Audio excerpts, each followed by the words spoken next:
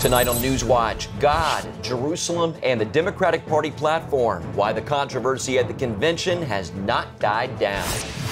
Plus, you might call it political boot camp for teens. Why these kids choose to spend a chunk of their summer vacation at Patriot Academy. And a Christian pastor burned with acid because of his faith in Christ gets life-saving treatment at an Israeli hospital. All this and more tonight on NewsWatch. Can the president overcome the DNC's God and Israel crisis? Good evening. I'm Mark Martin. And I'm Wendy Griffith. It's been an eventful week at the Democratic National Convention. However, in a way, party leaders didn't plan. It's President Obama's big night at the DNC tonight. But before the speech, damage control and a quick return of God's name to the party platform. Plus, a move to again recognize Jerusalem as the capital of Israel. It reportedly all happened after a personal request from the president. CBN's Jennifer Wishon begins our coverage with more on the chaotic vote in tonight's top story. It came as a surprise. Delegates were settling in for another night of speeches. Many had yet to arrive when the convention chairman took the stage. There was business to discuss. The platform committee chairman had an amendment to the party platform. As an ordained United Methodist minister, I am here to attest and affirm that our faith and belief in God is central to the American story and informs the values we've expressed in our party's platform. In addition, President Obama recognizes Jerusalem as the capital of Israel, and our party's platform should as well. A voice vote was called, but the convention chairman couldn't decide if it passed or not, so he called for a second vote. All of those delegates in favor say aye. All those delegates opposed say no. I guess you've got a rule, and then you've got to let them do what they're going to do. I'll do that one more time. Then Villaraigosa declared the amendment a success, but instead of it ending 2 days of bad headlines, more chaos erupted. The motion is adopted. The amendment returns the Democratic platform to the party's 2008 language that reads, "We need a government that stands up for the hopes, values, and interests of working people and gives everyone willing to work hard the chance to make the most of their God-given potential." It also reinstates language affirming that Jerusalem is and will remain the capital of Israel. The change came after the party fiercely defended the decision to remove God from the platform and publicly criticized those critical of the move. To cast the aspersion that that somehow means that God is excised from our work and from who we see ourselves as part of the American story is just unconscionable. Democrats didn't expect the controversy that came with the platform. Delegates were blindsided by the decision to amend it. There was no discussion of the amendment. Some delegates even questioned if a quorum was present. My colleague John Jessup has more on that. Thanks, Jennifer. This whole platform issue with reference to acknowledging God has been a distraction the DNC didn't want but had to face given the uproar. I spoke with several Democrats, some of them delegates, and here's what they had to say about it. Do you think it was the right thing to do to go ahead and reinstate God back into the party platform? If that's what they wanted to do, it was the right thing to do. I consider it a non-issue either way. It's fine with me.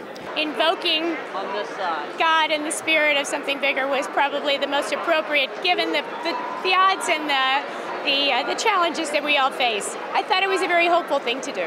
God is a part of In God We Trust. It's a part of the democracy. It's been embedded. It will always be embedded. And no matter what foes may want to do with it, you can't get around it. Now that God is officially back in the party platform, Democrats hope they can move beyond this issue. John Jessup, CBN News, reporting from the DNC in Charlotte. CBN's chief political correspondent David Brody broke the story Tuesday. He talked with our Lee Webb about how Democrats are dealing with this crisis and its impact on November, as well as how he learned about the platform change in the first place. David, everyone is interested in how you got this scoop to begin with. Tell us about that. Well, it was a longtime source of mine, dating back to the McCain campaign in 2008, actually back to 2006, when this person was in Republican circles, and basically got a quick email giving me a tip on the language being removed, the God language being removed from the platform. And then at that point, obviously, I had to independently verify it. And indeed, we did some research here and read through the platform, and it wasn't in there. David, has anyone explained to you why the language was removed in the first place?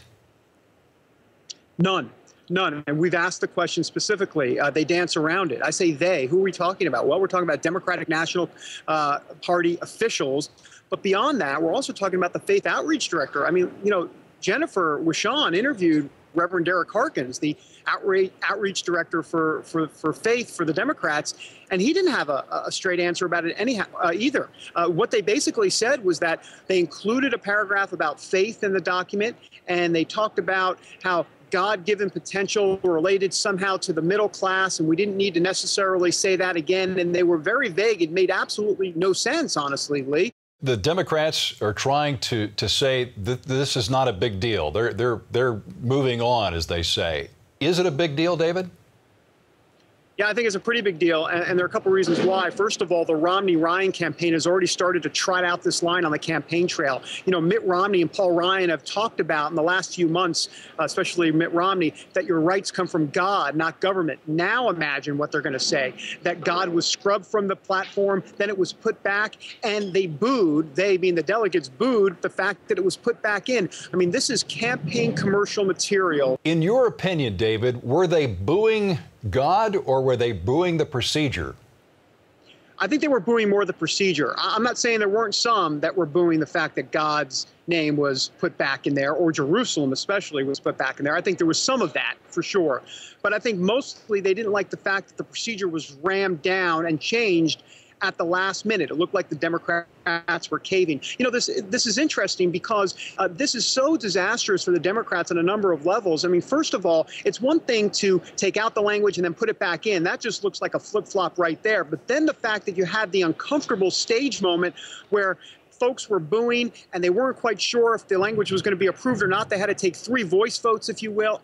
I mean, the optics on this were just horrible. So I think that's why this story even has more legs than it would even have had to begin with. Well, David, we applaud your journalistic work there. You did a great job in uncovering this story. Thanks for providing us sort of the behind-the-scenes look at how this all played out. Thanks, Lee. Appreciate it. Well, Republican Congressman Allen West is making sure voters don't forget what happened at the convention. His campaign has already put out an ad highlighting the negative response David just mentioned to that vote about God's name in the platform. Take a look. I'll do that one more time. All those delegates opposed say no.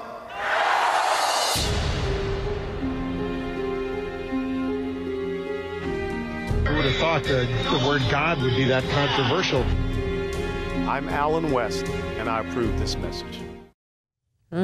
West is running for re-election this year against Democrat Patrick Murphy in Florida's 22nd congressional district. And you can see that entire ad. Just go to CBNNews.com. New polling shows Mitt Romney making inroads with Hispanic voters. A Latino Decisions tracking poll out this week shows 30% of Latinos now support Romney. That's up from 26% the week before. This week's poll also shows that 64% of Latinos support the president. But pollsters note that this is the first time that Romney has climbed to 30% since polling began 10 months ago. Many analysts believe he needs 40% of the Latino vote to win the election. What may be helping Romney, the prominent use of Hispanic speakers at the GOP convention, including Florida Senator Marco Rubio and New Mexico Governor Susana Martinez. 1/5 of those polled said the speakers gave them a more favorable view of the Republican Party. There's a growing divide in the Democratic Party among some key minority voters like Hispanics and African Americans. They helped put President Obama in the White House in 2008. As John Jessup reports, many of them are having a hard time meshing their morality with party loyalties. Democrats pride themselves in diversity, something that's apparent as you look into the audience. Good evening. What's not so obvious is the difference of opinions on lightning rod issues like abortion and same-sex marriage, which for the first time is supported in the Democratic Party platform. I'm okay with it, yes. I think it may be a problem with some people for President Obama, but I am very much okay with it. Not all Democrats agree. Fernando Cabrera is a New York pastor and a city council member from the Bronx. He believes the party's progressive shift may help win over some liberal votes, but ultimately may hurt them more. My overall message is this could cost us our election. Cabrera says he came to Charlotte specifically to debate the platform change. But I see myself as a reformist, and I'm hoping that we could put enough pressure. And as you know, one of the biggest issues is gay marriage. Cabrera believes Latinos and other minority groups tend to place a high premium on issues like life and family. But the party was in no mood for debate. Instead, it wanted to present a unified front for Obama's re-election. Puts us in a tough position, in a tough place. But again, there's a certain sacred cow you just are not touch and mess with. And for us, it's that traditional value. Michael Stevens pastors a predominantly African-American church in Charlotte. He senses President Obama's support among black voters has slipped from 4 years ago. But I think behind that curtain come November, I think you're going to see blacks make some decisions that they're not publicly proud of. Secondly, I think there's going to be a huge influence of African Americans that say, you know what, I'm staying home, which is really a victory for no one. If Stevens and Cabrera are correct, it could have a dramatic effect come Election Day. Back in 2008, 95% of the black vote and 67% of the Hispanic vote supported President Obama at the ballot box. Now, even those who support the more progressive elements of the platform acknowledge it could hurt them, but they hope it won't. I think when people sit with their hearts, they understand that it's the fair thing. We may not agree on what God is telling each of us to do, but I think we agree that we want our party to stand for justice. John Jessup, CBN News from the DNC in Charlotte. John, more than 100 Muslim delegates are taking part in this week's Democratic National Convention. The Council of American Islamic Relations says that number is more than double the amount of Muslim and Arab American delegates that attended the 2008 convention.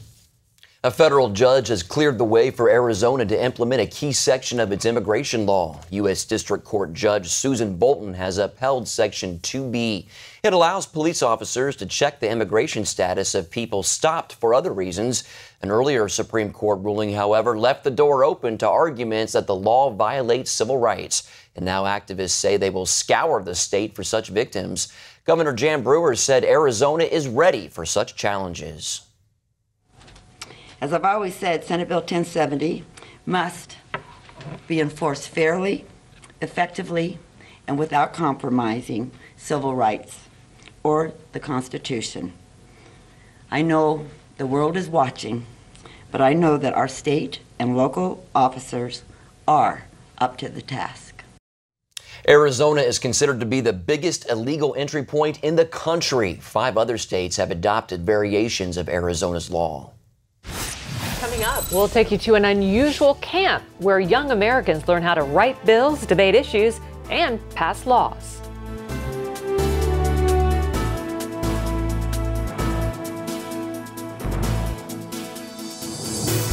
Have you got a drawer full of knives that are about as dull as a doorstop? Hi, Anthony Sullivan here for the Edge of Glory, the best knife sharpener money can buy. It's so precise, it'll turn this plastic credit card into a precision cutting instrument. The Edge of Glory is no ordinary knife sharpener. Its jewel-hardened teeth hone any blade to a razor's edge that'll put the bite back into your dullest knife. Tired of squashing tomatoes? Use the Edge of Glory to get perfect slices every time. It locks onto any smooth surface, then just draw the knife, and that old knife cuts like new and ready for more. We took this plastic credit card and tried to cut a tomato. Nothing happens. But 1, 2, 3, 4, and now it's got an Edge of Glory that slices like magic. The Edge of Glory brings any knife back to life. It works on chef's knives, fillet knives, paring and peeling knives. I'm gonna put the Edge of Glory to the ultimate test and dull this knife using this grinder. It doesn't even have the power to cut this orange. Just run the knife through the Edge of Glory, 2, 3, 4, and bring a dull knife back to life. You could spend up to $160 on a knife sharpener, or you can get the Edge of Glory for just $10.99. But it gets even better. Call now and you'll get a complete 3-piece knife set with your order. Use them to cut, peel, dice, or fillet just about anything. They're a $20 value and they're yours free when you call. But we're still not done. If you order now, you can double this entire offer. That means you get 2 Edge of Glory sharpeners and 2 knife sets, a huge value, all for just $10.99. And remember, order now and find out about free shipping. Call 1-800-299-3870 and get your Edge of Glory. But hurry, we're giving away a special offer on a second Edge of Glory and the knives with today's orders. So call 1-800-299-3870 and find out about free shipping. That's 1-800-299-3870. Call now. Welcome back. Vanderbilt University has reinstated its chaplain position, naming a United Methodist minister who previously served as the head of a campus faith group.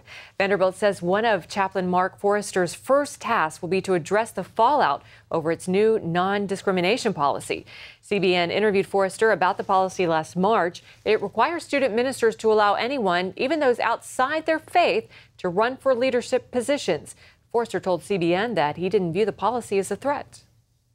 The way I like to advance our mission here, I would say, fine by me, bring them on, because I don't mind having a very, sort of rigorous conversation with my students. Last spring, more than a dozen student faith groups gave up their official status with the university rather than adhere to the new policy.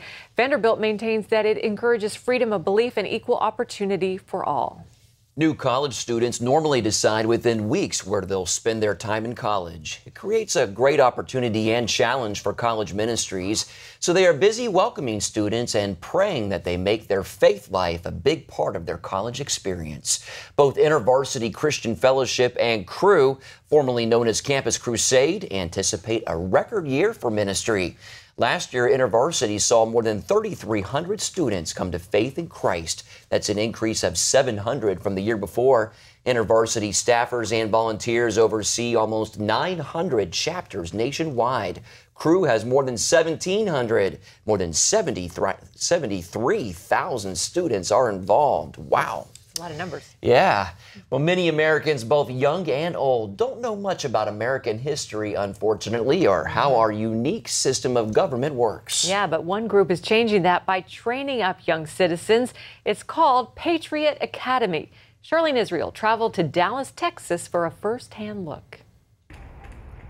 This is where laws are made in the state of Texas. Each summer, students from across the country travel to Austin for an up-close look at how government works. It's called Patriot Academy, a sort of political boot camp for ages 16 to 25. The academy trains young people to effectively engage in all aspects of government, from elected official to citizen activist. Rick Green started the program.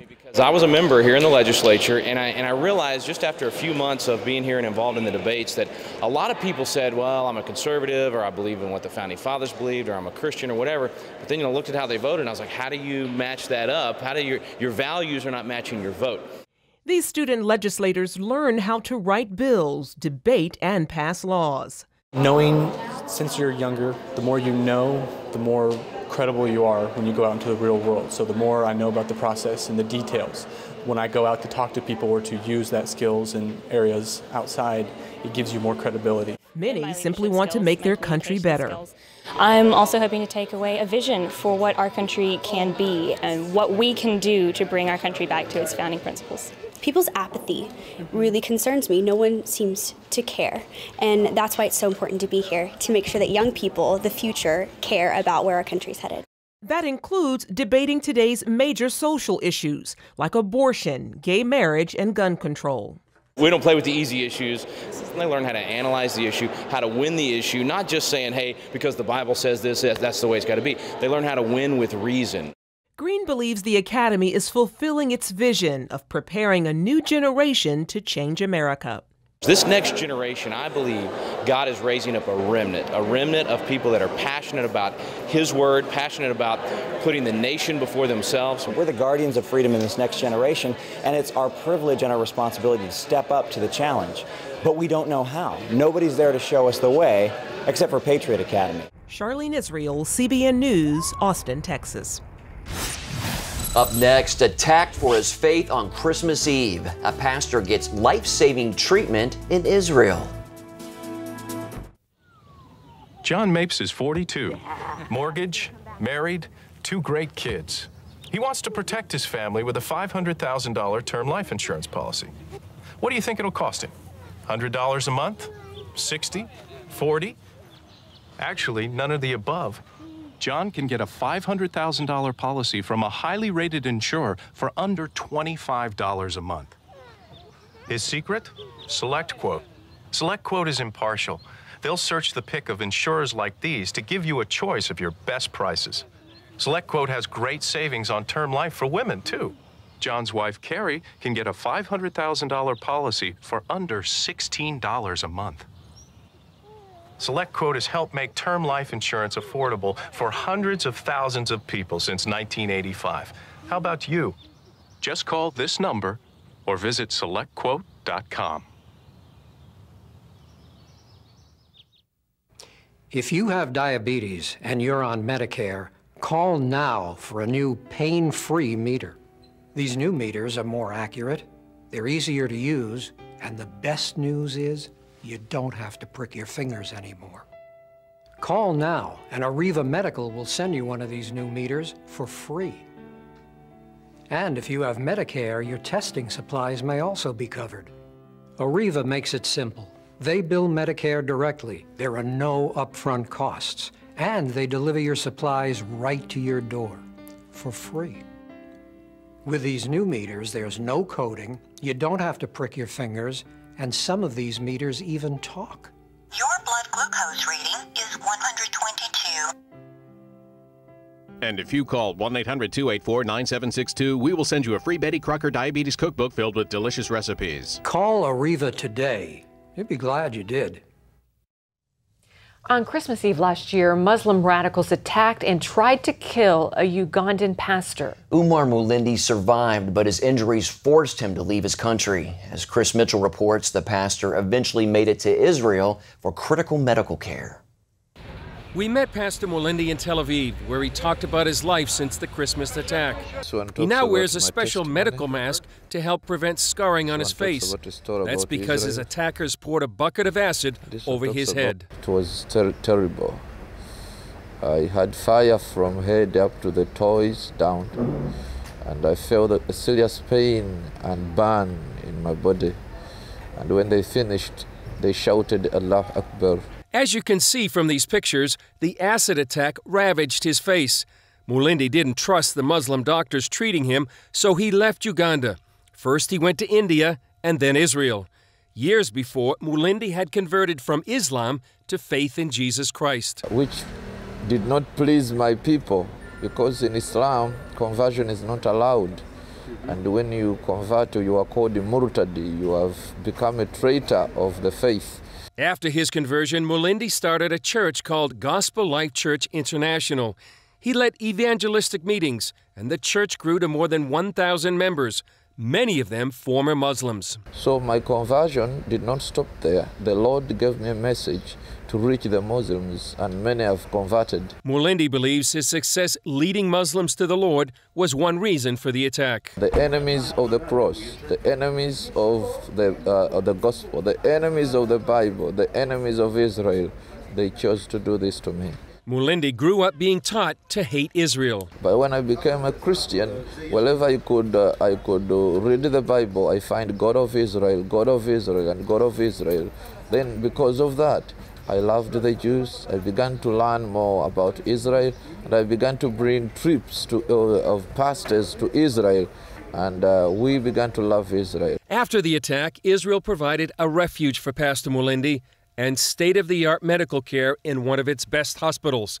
The help came from a fund called Tikkun Olam. Tikkun Olam is to repair the world. It's a benediction to help others, no matter who they are. Dr. Joseph Hike, the director of the burns unit at Sheba Hospital, treats Mulindi. We knew we can try and help him and get him on the best way we can do it. I think everyone that knows him sees why he's so unique. I mean, it's a character, charisma that he has. And I think he must be a good pastor.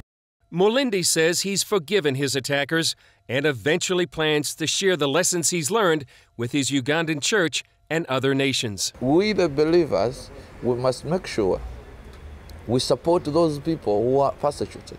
The world must stand strong, and Christians, and make sure they reach the Muslims with the gospel of Christ.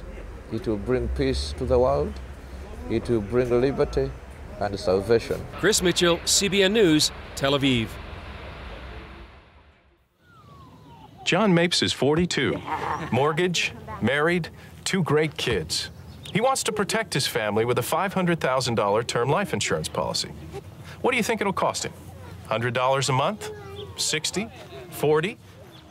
Actually, none of the above. John can get a $500,000 policy from a highly rated insurer for under $25 a month. His secret? SelectQuote. SelectQuote is impartial. They'll search the pick of insurers like these to give you a choice of your best prices. SelectQuote has great savings on term life for women, too. John's wife, Carrie, can get a $500,000 policy for under $16 a month. SelectQuote has helped make term life insurance affordable for hundreds of thousands of people since 1985. How about you? Just call this number or visit SelectQuote.com. If you have diabetes and you're on Medicare, call now for a new pain-free meter.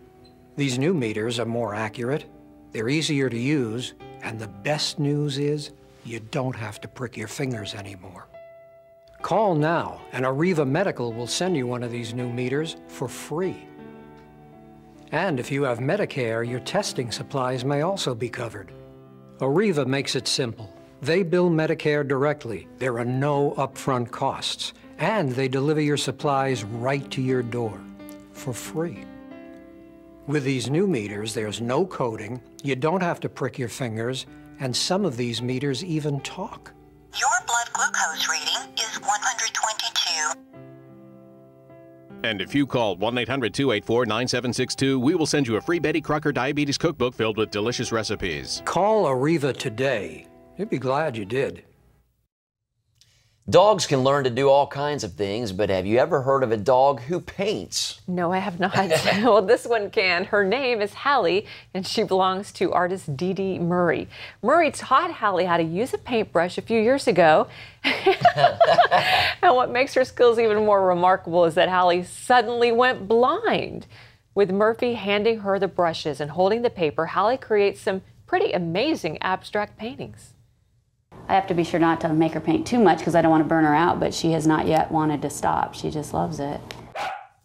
Her paintings are sold online, and all the proceeds go to a local animal shelter. Now, that is not a story you hear every day, a blind dachshund who paints. I am amazed. Yeah. I know, and he wants to continue. Yeah, but she has to make sure she doesn't burn her out, the owner said. We pray for a miracle for Hallie, that dog will see. Well, that's all for this edition of Newswatch. Yeah, thanks again for watching. Hope you have a great night. Good night.